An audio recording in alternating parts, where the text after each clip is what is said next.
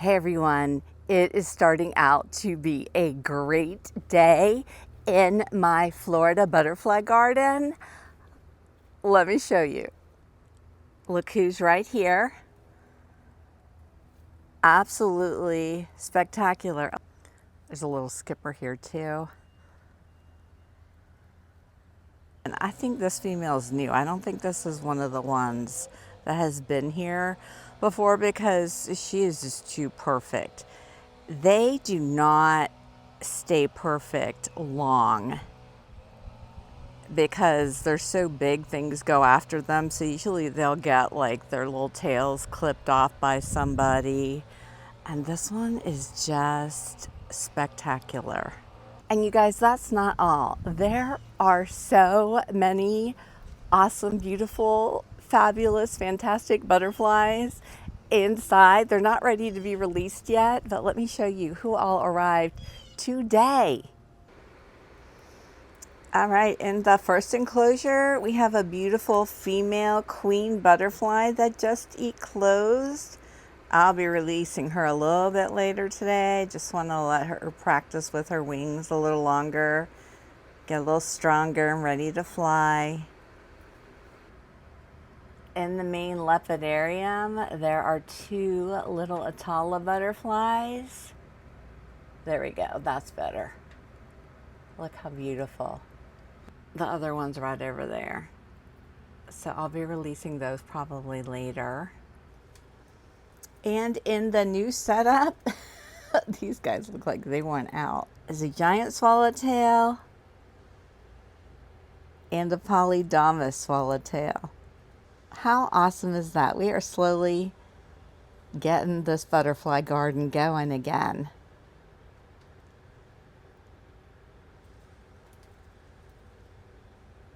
Oh, you guys, there's a third Atala. So there's three. Yay, I love that. That was the giant swallowtail. Polydamas swallowtail. Atala.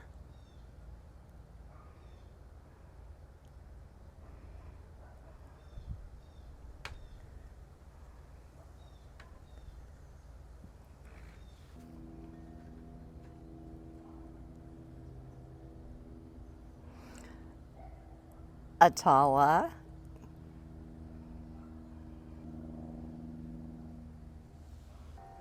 Okay, the last one was gone fast and I didn't even capture it well on video, but there were three Atalas. So, in case you're new here, hi, my name is Susan and my entire backyard is designed for butterflies.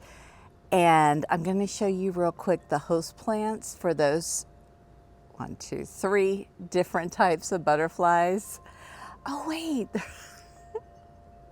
there's another one. Hang on. But I'm going to show you the host plants for those butterflies in case you're interested in trying to get more butterflies to your garden. Planting the host plants is key to getting them. But first I have to release my little queen. She is in the enclosure across from where they were, and she is a Hurricane Milton survivor.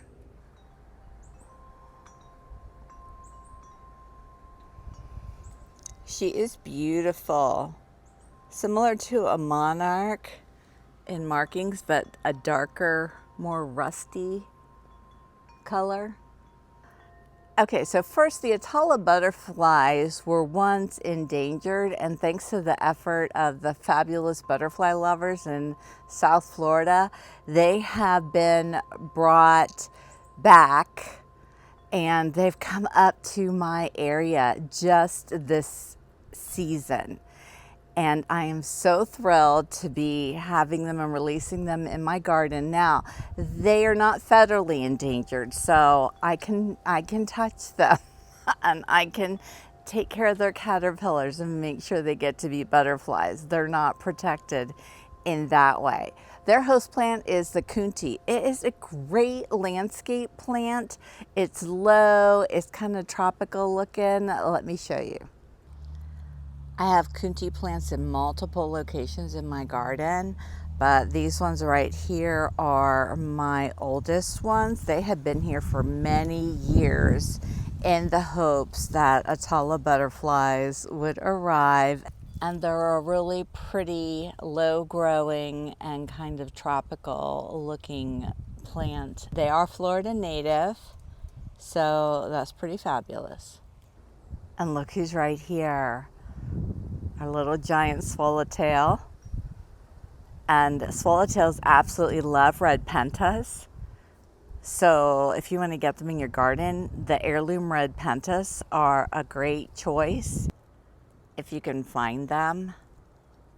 Most of the times garden centers have the dwarf variety, which butterflies don't love as much as the original. But this is not their host plant. The host plant that I have in my garden for them are wild lime. They can be like a shrub or a small tree. I have lots of them in my garden because I absolutely love giant swallowtails. I love their caterpillars. I love raising them. And so I have lots of wild lime. Right here going up is my oldest wild lime, and you can see it is like a small tree. One thing I love about the wild lime is the stems do great as cuttings. So if you're wanting to raise a giant swallowtails and you find caterpillars or eggs on your wild lime, you can just take a cutting of it and put it in a floral tube, and it will last and last and last to feed the caterpillars, and you can bring in more cuttings as needed.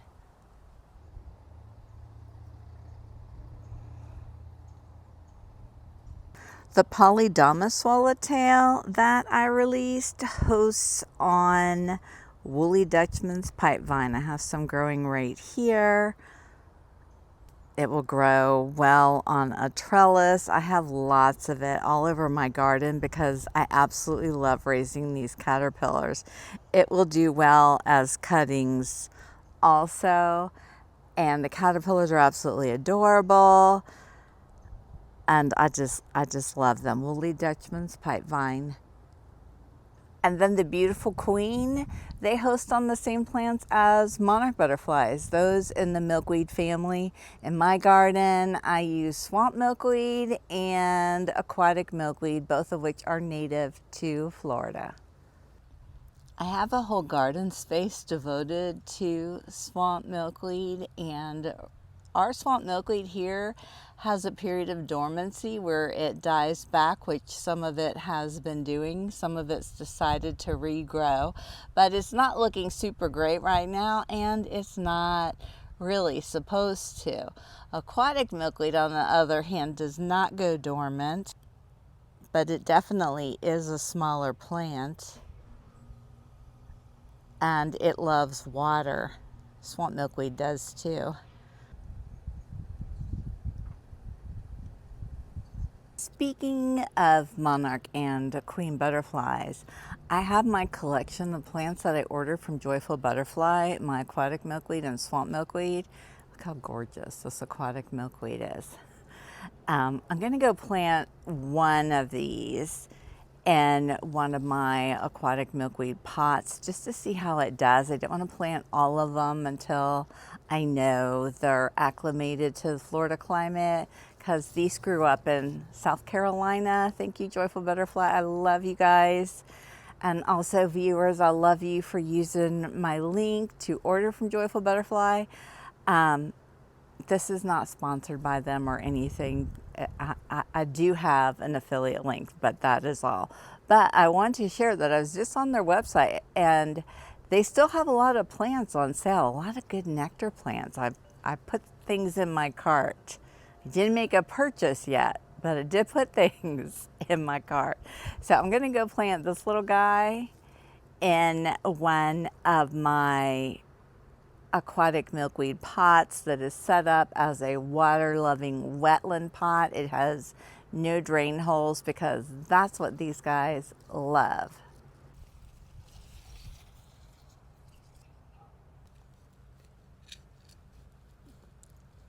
Okay, I'm gonna tuck this little guy. Look at the roots. This one's ready. It needs a pot.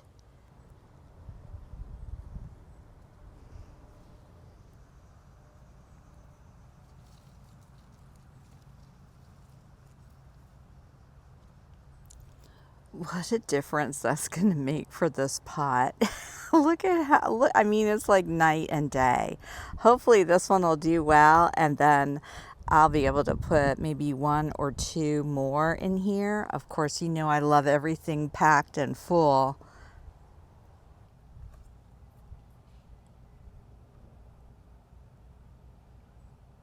On that same note, I'm going to go ahead and plant one of my swamp milkweeds from Joyful Butterfly in my swamp milkweed garden, which is right by where we just planted the aquatic milkweed, and see how it does, and if it's ready to tolerate Florida climate. And if both of them are successful, then soon I'll plant all the rest of everybody out here.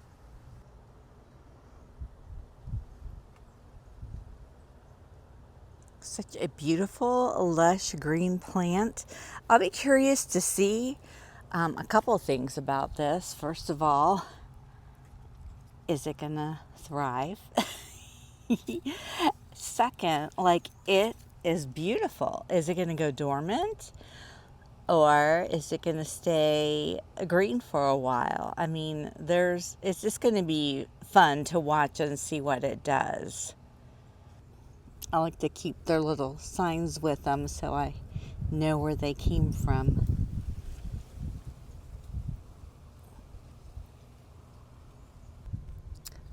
I have some woolly Dutchman's pipe vine here that I also had purchased from Joyful Butterfly, but it's been a while, and I've actually transplanted them and you can see they've got some roots growing. But I want to add a few to my trellis planter, because the one in there is just not looking so great. So I want to get some more in there. So we're going to go put this in there. And again, this is the host plant to Polydamas swallowtail. It is also the host plant to the pipevine swallowtail, which I also did raise some of those this year. But my favorite is the Polydamas, just because they're adorable. This trellis planter here is one of my new obelisk trellises, and the pipevine in it is growing very well. But then right across from it, it is not growing very well. So I'm going to add this one to it, and I'm also going to top off the potting soil with, you can see there's like, it's sunk down a bit, so I can add some more potting soil. I'm going to put in some of my good Happy Frog potting soil to give the pipevine that's in there a little boost, and hopefully we will encourage it to grow up the trellis. Yes, no, you want to play. Have my little assistant Ringo here. He's always out helping me in the garden, as most of you know. He also gets the zoomies quite frequently in the garden. Okay, I've got it in, and I've wrapping it around to encourage it to grow up the trellis. You know, I might put another one in over there. Let me go look and see what I have. Yep, I have this one. This one, oh my, this is not from Joyful Butterfly. I'm trying to remember where I got this one. Maybe mail order natives. I'm not sure, it's been a while, but I'm going to go ahead and put this one in that same planter.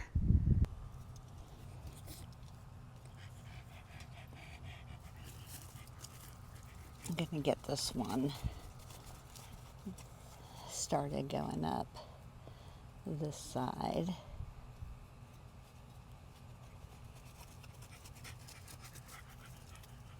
All right, there we go. Now I brought out a little tub of extra potting soil. I'm just gonna put this in and spread it around a little. And then I'll go grab the hose and give it a good drink. And let's get this trellis filled up with pipe vine. Okay, I just completed another task that has needed done. In this pot right behind me, there was a wild lime plant and butterfly pea, and they were growing together. And why I ever put them together, I don't know. They were actually both surviving, but I really wanted the wild lime out of there so it could be completely available for giant swallowtails to lay eggs on them. So I didn't film the process because, as you know, working with wild lime is tricky because it's covered in thorns. And I just had to use 2 hands to get at it. But I'll show you where I am at this point.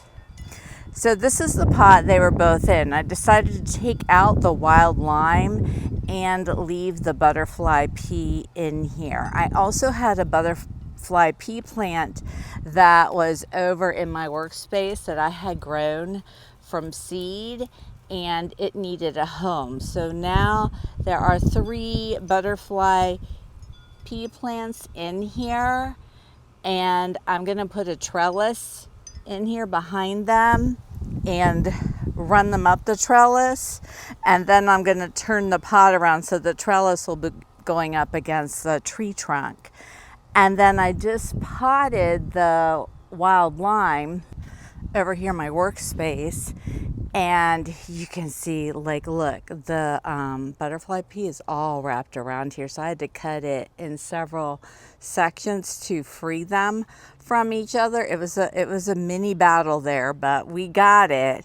And so this wild lime should be fine. It's got like a fresh pot all of its own, some great soil, and I'll come over here and intricately undo all of this that's growing in it to set it free, and then I'll trim it up and decide where I'm going to place this potted wild lime in my garden.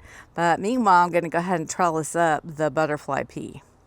I have this perfect piece of trellis right here that's going to fit in that pot, I believe, perfectly. Let's see. Turn it around. Yay, look at that. I mean, that couldn't have been more perfect, huh? Okay, so let's get you. This is going to be a 2-handed thing because I'm going to have to weave it in.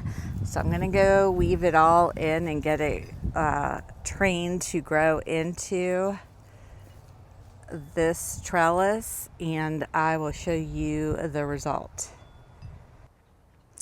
The butterfly pea is a beautiful plant. That shade of bluish purple, but more blue, is gorgeous, and you don't find many flowers of this color. It is not native to Florida, but it does very well here, and I don't find it to be a bother, invasive, or anything. It dies back in the winter and it comes back. If it gets cold, like we get it cold enough, it will, but it comes back. And best of all, it's a host plant.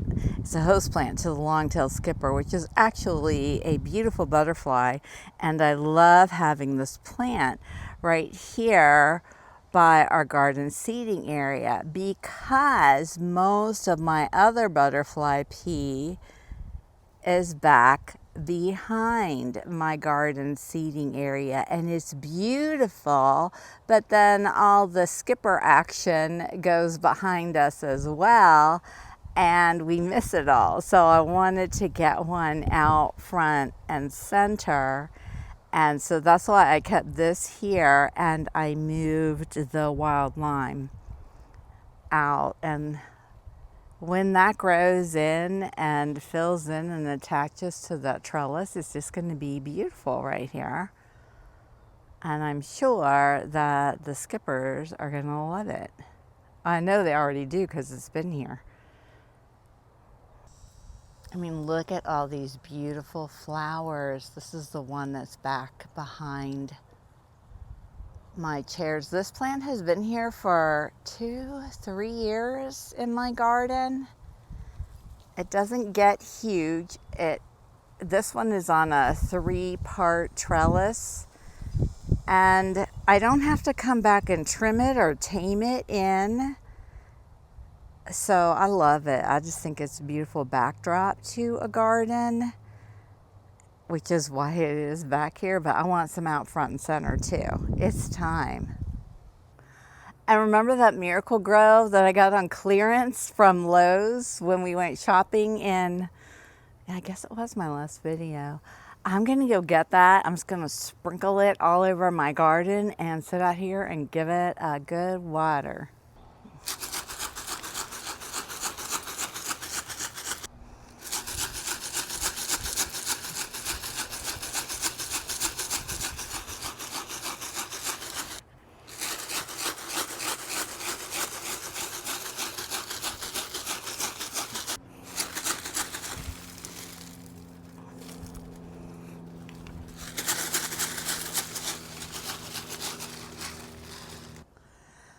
Hey everyone, it's Sunday, mid-morning, and I just want to pop in and have a little chat meeting with you.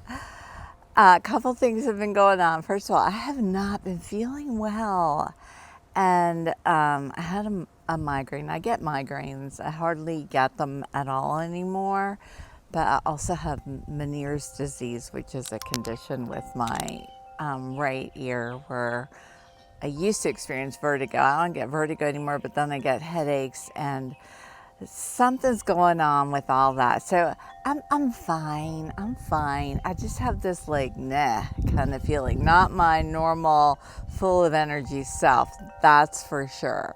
And you might have sensed it a little bit in this video.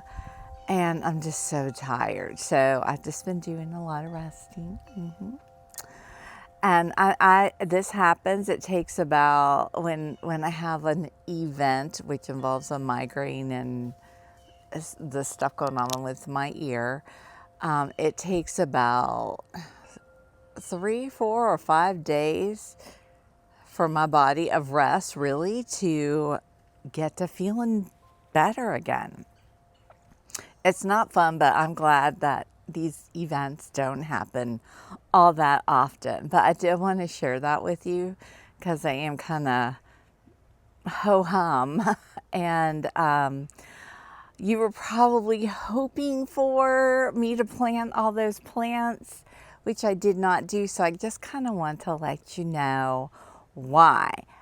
But there's also something else I want to let you know. When I was sitting out here yesterday, I just love those obelisk trellises. And I was thinking, you know, the square planters that they're in, I have 2 more of those. And I think I'm going to incorporate in that area where all the new plants are going to go, where the Maypop Mansion used to be. 2 more trellises, which I already ordered. They're on their way from Amazon. And the link to those is down in my Amazon affiliate links. And I'm going to include those over there, and I'm going to plant them full of Passiflora incense. So 2 tall towers of those purple Passiflora flowers mixed in with all this purple, white, and lavender is going to be beautiful. I'm not exactly sure where I'm going to place them, and you know I'll probably move them around 47 times, but But I think that's going to be fabulous. There's just a little monarch flying around right in my face like it wants me to see it. See it? Isn't it cute? It's very busy. There we go. Oh my, it's gorgeous.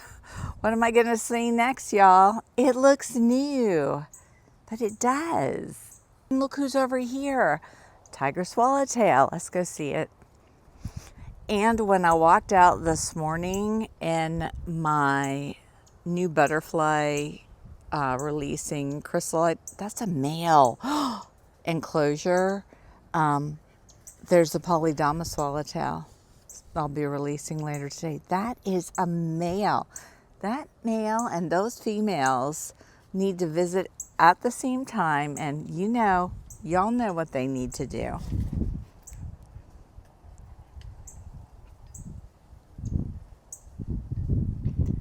Oh my goodness. I'm going to go look at all of my wild black cherry trees for eggs. My tulip trees haven't arrived yet. I just trimmed up the wild black cherry tree that's behind me because it was all ragged from Hurricane Milton. Okay, and then we'll just keep looking at this guy because there's another little bit of news I want to share with you. I've been having issues since the end of September with my Facebook page, so I haven't been posting on there. I am finally, look how ragged his wings are. I am finally in contact with them. I have messaged to no avail. It has not been an easy process to try and get issues fixed on my page. But because of that, and usually on Instagram, I double post from Facebook over there. I just haven't been on Instagram either. And I went on this morning and I had multiple messages because I communicate with a lot of you over on Instagram. And I am so sorry. I'm mass apologizing to all of you for not letting you know that I was kind of just taking a break from all of that and focusing on YouTube. Thing with YouTube is that they don't have like a place where you can send me messages, but you can always go and comment on my most recent video. If there's something you need to tell me or want to ask me, just do it there. Just say, hey, here's a random question, and I'll see it. I'll get a notification of it if there's something that you want to ask me right away that you would normally ask me on Instagram. I probably go on my Instagram and Facebook once a week just to see if there's anything pertinent or if there's any progress on them fixing my page, and that's as far into that as I want to get because it's just been frustrating. But I've been talking to some fabulous people finally, and they have been fabulous, so I have hope.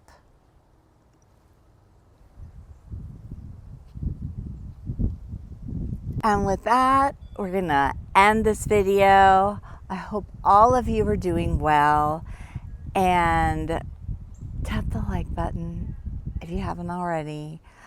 Subscribe to my channel. My channel's been stuck on, I don't even know what the first two numbers are. It's 3,000 something, but it ends in 38. I've been stuck at 38 forever. And then it'll go down to 37 because YouTube regularly goes through and finds bots or spammy things and just gets them out of your subscribers, which is fine with me. I don't want fake subscribers. I want real subscribers. But if you're a person who regularly watches and you have yet to tap the subscribe button, please tap it for me so I can get off at 38. That'd be lovely. And I will see you in my next video.